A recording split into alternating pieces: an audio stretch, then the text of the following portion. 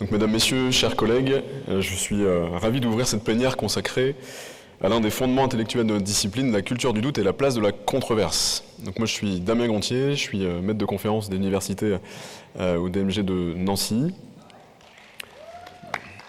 Attention, j'ai les supporters, désolé. Et je n'ai pas de lien d'intérêt à déclarer avec cette plénière.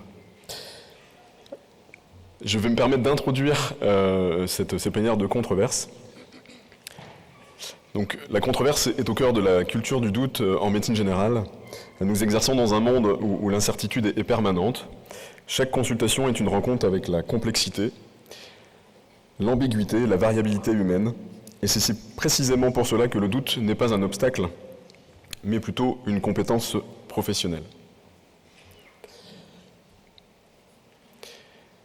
La culture du doute implique de savoir critiquer les résultats de la science. Dans une démarche EBM, nous interrogeons ce qu'est une preuve pour structurer notre raisonnement clinique et notre manière de décider avec notre patient. Mais comment interroger cette preuve ? C'est critiquer une étude, un essai clinique, une méta-analyse, la construction des recommandations, c'est aussi examiner la méthodologie, comprendre le contexte, évaluer la pertinence externe, analyser les biais, questionner la cohérence avec d'autres données. Mais c'est aussi suspendre un réflexe, à être sensible à un biais cognitif fréquent, le biais de confirmation, et nous avons tous tendance, souvent inconsciemment, à valoriser les études et les preuves qui confirment nos intuitions et à minimiser celles qui les contredisent. La culture du doute nous invite au contraire à accueillir aussi les idées qui nous dérangent. Et je vais me permettre de reprendre les éléments de l'éditorial de Xavier Gauco dans le numéro d'Exercer du mois dernier, pour lequel il est important d'interroger la valeur que l'on donne à une preuve. Quelle valeur accorder à l'affirmation du président Trump quand il affirme un lien entre prise de paracétamol pendant la grossesse et les troubles neurodéveloppementaux ? Probablement aucune. Il est coutumier du fait, il est trop radical, et cela repose sûrement sur aucune preuve. Nous, généralistes, rigoureux et scientifiques, nous ne pouvons pas accorder de valeur à cette affirmation. Mais rejeter cette affirmation nous expose aussi à créer une bulle cognitive et peut-être un rejet dogmatique. Et ce rejet nous expose à manquer la synthèse de Prada et collaborateurs dont les résultats concluaient à un lien plausible entre l'exposition prénatale au paracétamol et les troubles neurodéveloppementaux et expliquer que des recherches supplémentaires sont nécessaires pour confirmer cette association et déterminer la causalité éventuelle et ses mécanismes.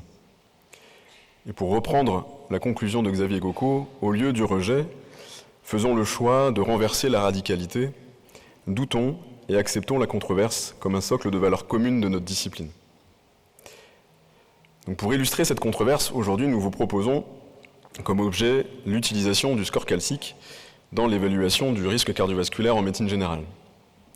Alors la controverse, ce n'est pas un combat d'ego, ni une compétition d'arguments, c'est plutôt un espace où la pensée s'affine, où les biais se dévoilent et où les zones d'ombre deviennent des questions de recherche, où la discipline progresse.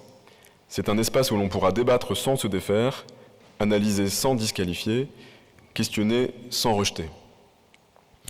Une discipline qui débat est une discipline vivante, une discipline qui doute est une discipline qui progresse. Et les acteurs de cette controverse, ils sont trois aujourd'hui, brillamment, je vais vous présenter brillamment.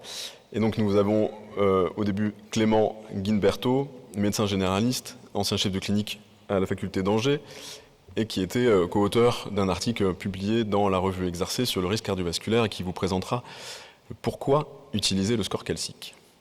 Et ensuite Rémi Boussachon, professeur d'université en médecine générale à la faculté de Lyon, président du conseil scientifique du CNGE, qui s'inspirera du rapport du conseil scientifique publié en mai 2022 sur ce score calcique. Et ensuite Clarisse Dibaudina, professeure de médecine générale à Tours et responsable du groupe de travail HAS sur le risque cardiovasculaire. Sans plus attendre, j'appelle le premier orateur, Clément Guinberto.